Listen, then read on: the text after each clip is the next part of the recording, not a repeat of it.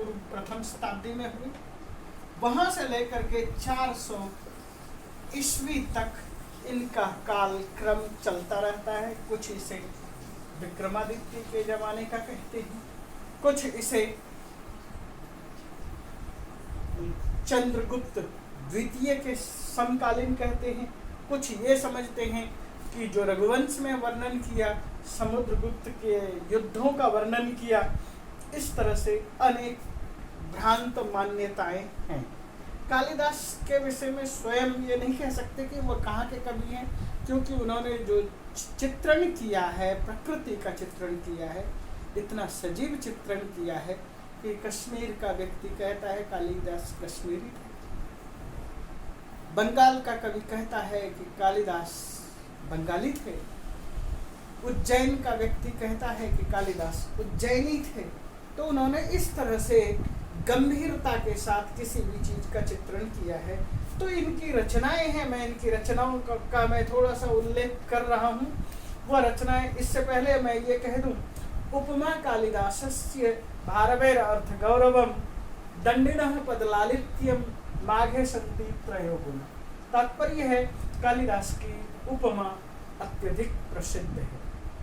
उपमा से तात्पर्य हम ये कह सकते हैं कि कालिदास ने किसी चीज को समझाने के लिए जो उपमा का प्रयोग किया है, उपमानों को प्रयोग किया है, वह जबरदस्त है। तो कालिदास की इन पुस्तकों की चर्चा कर रहे हैं। महाकाव्य रघुवंश,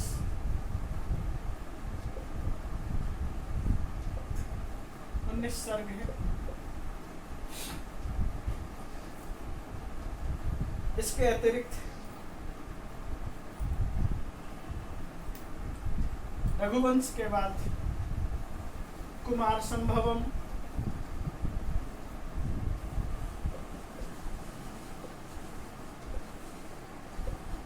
ये 5 सर्ग कालिदास की रचना मानी जाती है। बाकी 3 सर्ग यानी कि उसके अंदर 8 सर्ग हैं, तो जो 3 सर्ग शेष हैं किसी अन्य कालिदास की रचना मानी जाती है। कालिदास के इसके अतिरिक्त खंड काव्य हैं। खंड काव्य में श्लोक होते हैं, लेकिन किसी एक घटना को ही ध्यान में रख करके कार्यान्वयन किया जाता है। तो वह है मेघदूतम और ऋतुसंहार।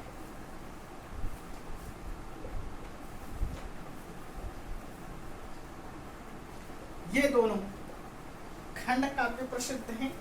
जैसे कि रघुवंश, कुमार संभव, ये दोनों महाकाव्य थे, ये खंड काव्य हैं। इसी तरह से इनके नाटक हैं। नाटक प्रसिद्ध 3 हैं। मैं उन नाटकों का नाम लिख रहा हूँ। नाटक हैं अभिज्ञान शाकुंतलम,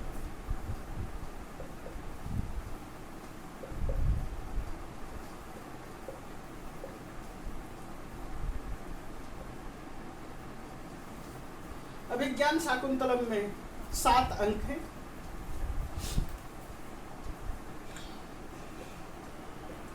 यदि हम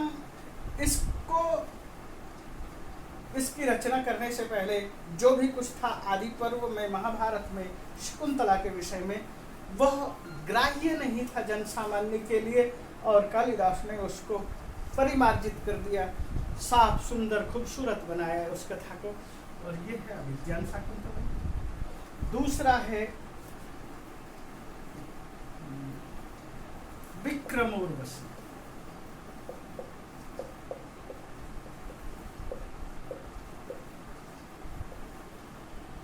और तीसरा है मालविकाग्निमित्र।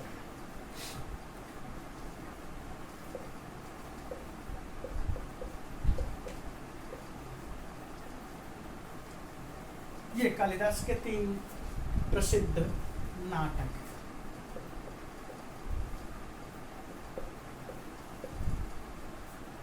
तो कालिदास ने नाटक अभिज्ञान शाकुंतलम विश्व प्रसिद्ध नाटक है। यदि काव्येषु नाटकम रम्यम तत्र रम्या शकुंतला तत्रापि चतुर्थोंक तत्र श्लोक चतुष्टयम। विक्रम और उर्वशी में ये कह सकते हैं विक्रम और उर्वशी का परिचय है, चरित्र है, और किस तरह से उर्वशी ने विक्रम से शादी की और 1 वर्ष के लिए शादी की। मालविका अग्निमित्र में मालविका और अग्निमित्र की चर्चा है, कथा है। तो जिस तरह से हमने इनको लिया है, इसी तरह से अब हम थोड़ा थोड़ा हल्का हल्का नाम केवल लिखेंगे, चर्चा करेंगे। जैसे कि भारवी,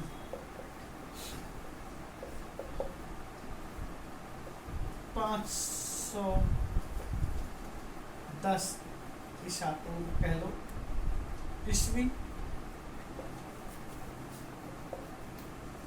माघ। इनके भारवी की रचना है किराता।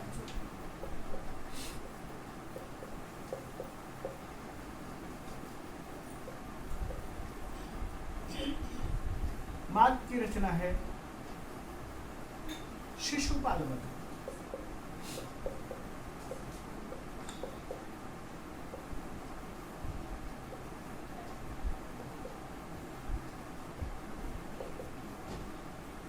हर्ष है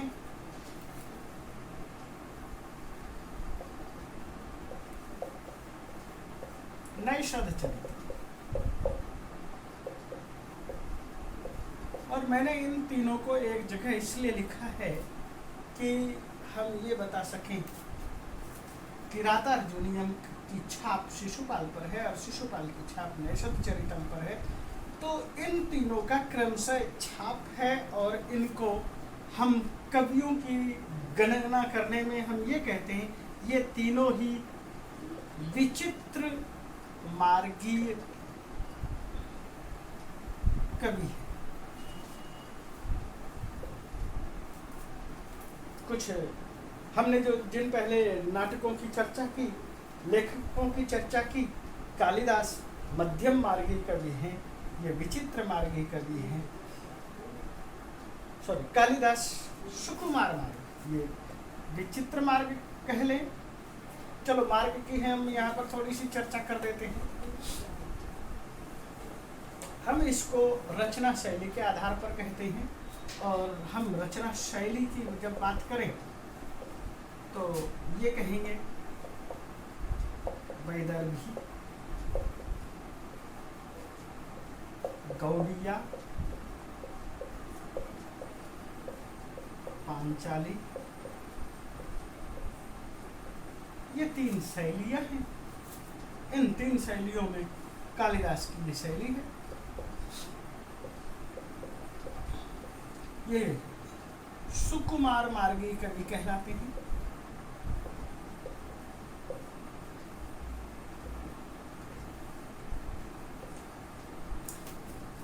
अब जो मैंने सुकुमार मार्गी कवि बताया, इसके अतिरिक्त इसको हम ऐसे लिख लेते हैं, सुकुमार,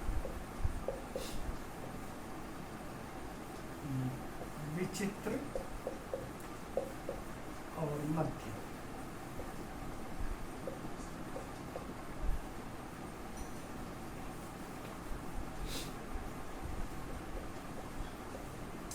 तो 3 तरह के लेखक हैं, सुकुमार मार्गी कवि, विचित्र मार्गी कवि और मध्यम मार्गी। कालिदास को सुकुमार मार्गी कहा जाता है। कुमार शैली पर वर्णन किया। माघ, हर्ष और भारवी विचित्र मार्गी कवि हैं। शेष मध्यम मार्गी कवि। तो मैंने इन कवियों की चर्चा की। इन कवियों की चर्चा करने के बाद मैं यदि आपको ये कहूँ कि जो विचित्र मार्गी कवि थे, इनकी जो रचना है, माघ की शिशुपाल,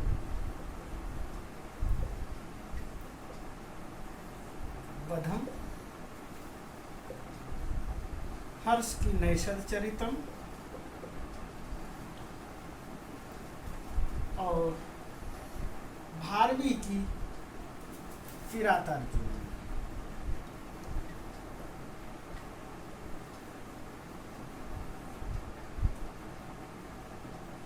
ये तीनों रचना बृहत्त्रयी के नाम से जाता है। बृहत्त्रयी,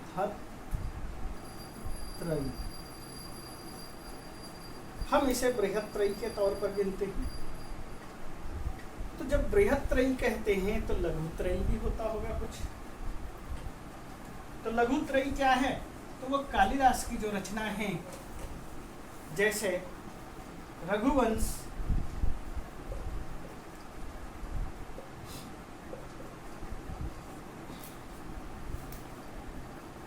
कुमार संभव,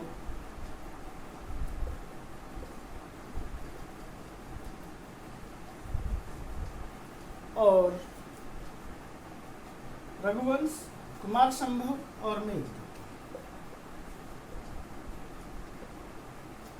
इन तीनों रचना को लघुत्रयी कहा। तो मैंने आपके सामने बृहत्त्रयी बताया क्या है, लघुत्रयी क्या है। अब हल्के ढंग से दो चार और कवियों की हम यहाँ चर्चा करेंगे। ज़्यादा हम चर्चा करके और समय ज़्यादा व्यर्थ नहीं करेंगे। जैसे कि भट्टी कवि हुए हैं 5वीं शताब्दी,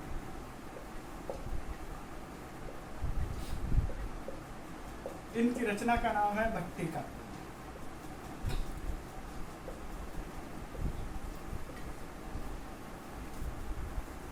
कुमारदास हुए हैं 6वीं सदी में, इनकी रचना का नाम जानकी हरनाम है।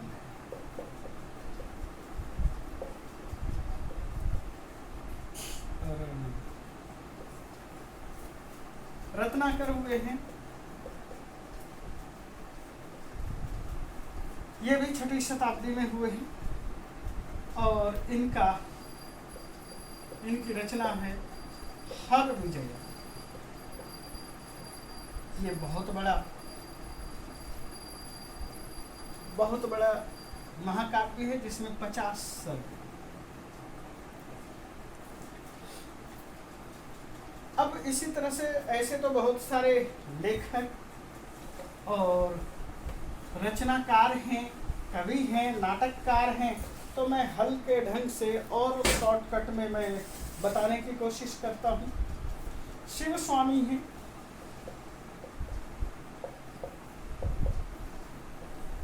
इनकी रचना है कफ्फनाभ्युदयम्।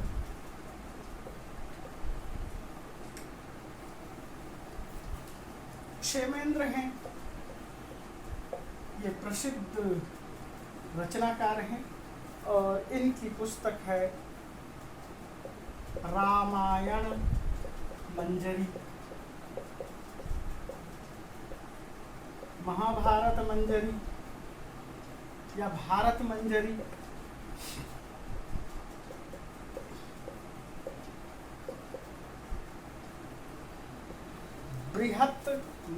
बृहत कथा मंजरी,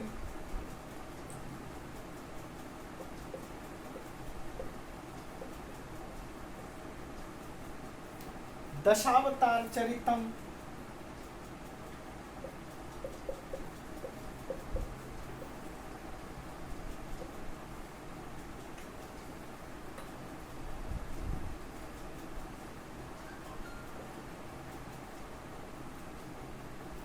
इसके आगे देखते हैं भैरव।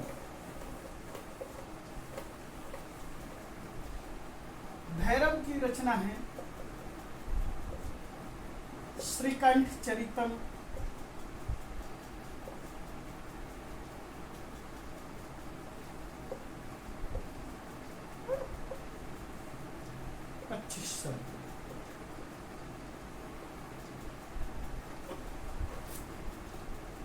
नीलकंठ शास्त्री की है शिव लीला अर्णव। नीलकंठ शास्त्री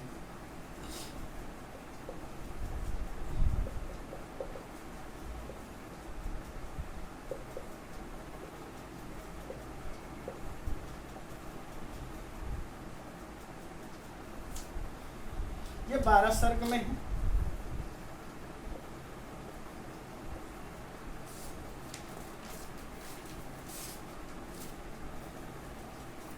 इसी तरह से बहुत सारे लेखक हुए हैं। हम हर लेखक के विषय में इतने ज़्यादा चर्चा यहाँ नहीं कर सकते, तो हम थोड़े से नाटककारों की चर्चा जरूर कर देते हैं। नाटककार और कुछ और लेखक की चर्चा कर लेते हैं जो बाद में लेखक हुए हैं। जैसे वेंकटनाथ का यादवाभ्युदय,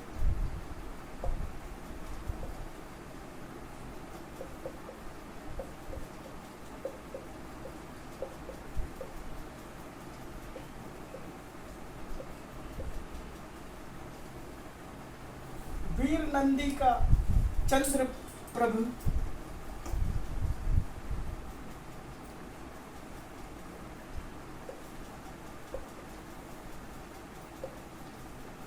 चरितम,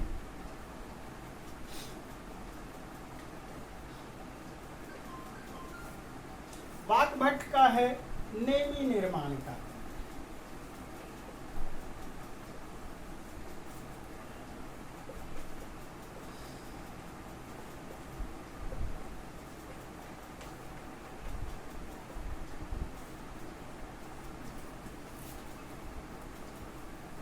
वाग्भट के बाद हम आगे कुछ और लेखकों को लेते हैं।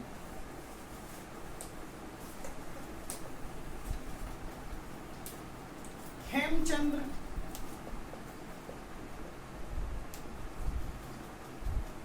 कुमारपाल चरित्र,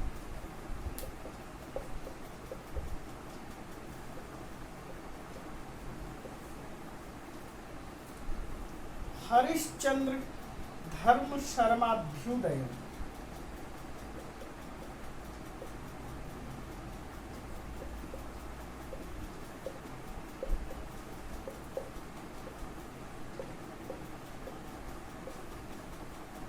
बाणभट्ट,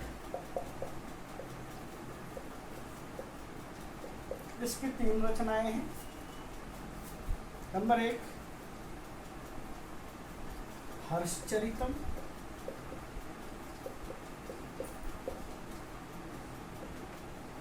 कादंबरी और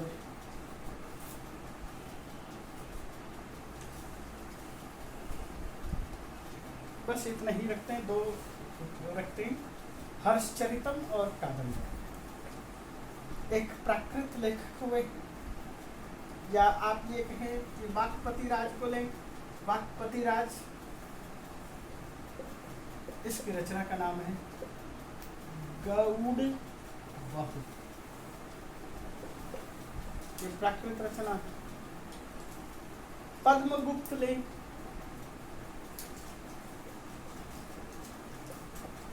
नव साहसांत चरितम,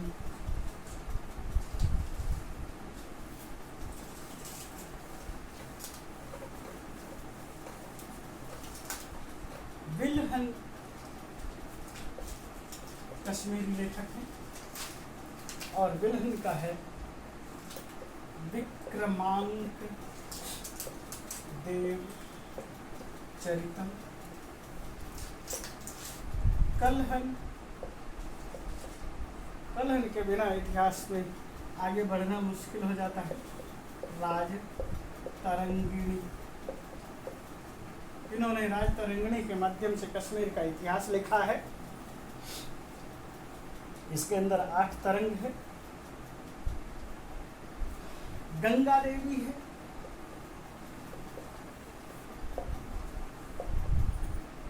कंपन, विजयम,